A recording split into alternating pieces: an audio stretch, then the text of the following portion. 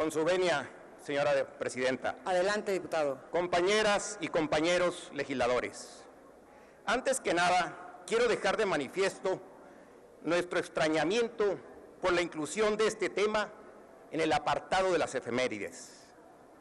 Durante las sesiones ordinarias, abrimos esto en el orden del día para referirnos a hechos, acontecimientos que generen algún tipo de valor o contribución positiva a la memoria colectiva. El de hoy narra un hecho de la historia que nuestro país, cuya naturaleza contribuye a la división política y social. En Acción Nacional no convalidamos los actos realizados por el Grupo Popular Guerrillero que adoptó este nombre, Liga Comunista 23 de septiembre, que nada tuvieron que ver con los hechos de esa fecha.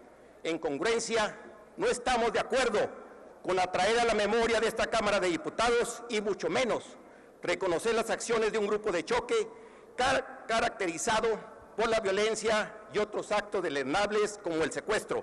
No me refiero obviamente al ataque al cuartel de Madera, dado que ese acontecimiento tiene su coyuntura histórica, sino que usando la fecha del ataque se quiera justificar un movimiento de guerrilla urbano que cometió asaltos violentos, secuestró al empresario Eugenio Garzazada y lo mató, que provocó además el secuestro y asesinato del empresario Fernando Aranguren y secuestro del cónsul de Gran Bretaña, Anthony Duncan, acontecimientos que yo mismo viví y condené.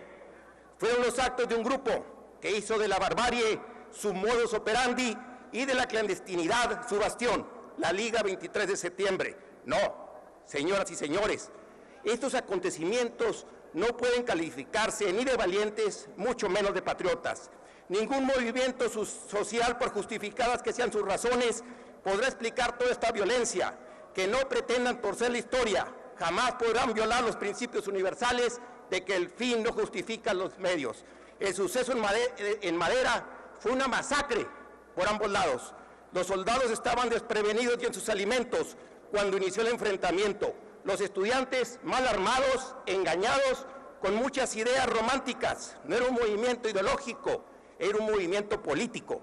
Las condiciones en Chihuahua, es cierto, no eran las mejores por los grandes latifundios y estaba gobernado por un general que no tenía el perfil más adecuado para este conflicto social. Pero ello no justifica la muerte de tanto joven caídos por las balas del odio y cuyos padres actualmente sufren mucho por este suceso.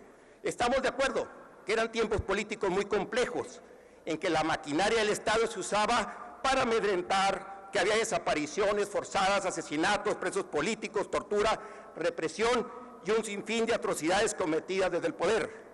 El oprobio era el signo de aquellos gobiernos. En Acción Nacional abrazamos la lucha democrática como bandera y sus principios como motores para el cambio político. Mientras en México había y hay grupos que pretenden desestabilizar al gobierno a través de la violencia, Acción Nacional participaba con firmeza desde la oposición en los espacios institucionales como esta Cámara de Diputados y la de Senadores. En casos extremos, utilizamos la resistencia como instrumento de presión y defensa de las libertades, como lo hiciéramos en la década de los 80, y siempre lucharemos hasta el límite de nuestras fuerzas para evitar los enfrentamientos armados, que solo se dan cuando los gobiernos rompen el Estado de Derecho y se niegan al diálogo, como ocurrió en Chihuahua el año pasado en el problema del robo del agua de uso agrícola concesionada a los campesinos, ganaderos y agricultores, y en la década de los 60 por el abuso contra los ciudadanos, en especial campesinos, obreros y estudiantes. Pero eso no justifica la matanza. Cuando se llega a masacres y escalada de actos violentos, muchos de ellos cobardes y contra los propios ciudadanos ya polarizados, nunca, repito, lo justificaremos. Compañeras y compañeros, no podemos avalar que se utilice esta tribuna y un apartado tan importante como es el orden del día, como son las efemérides, para hacer apología de la violencia y toda venir a celebrarla. Reitero, no podemos aplaudir a quienes usurparon con su nombre, estoy hablando de la Liga Comunista 23 de septiembre, que representaba la antítesis de la democracia. Sus acciones así no lo demostraron. Diputados, diputadas, la efeméride del día de hoy no aborda un acontecimiento que invite a la reconciliación, a la paz social, a la unidad nacional, estas condiciones que tanto urgen para el México actual.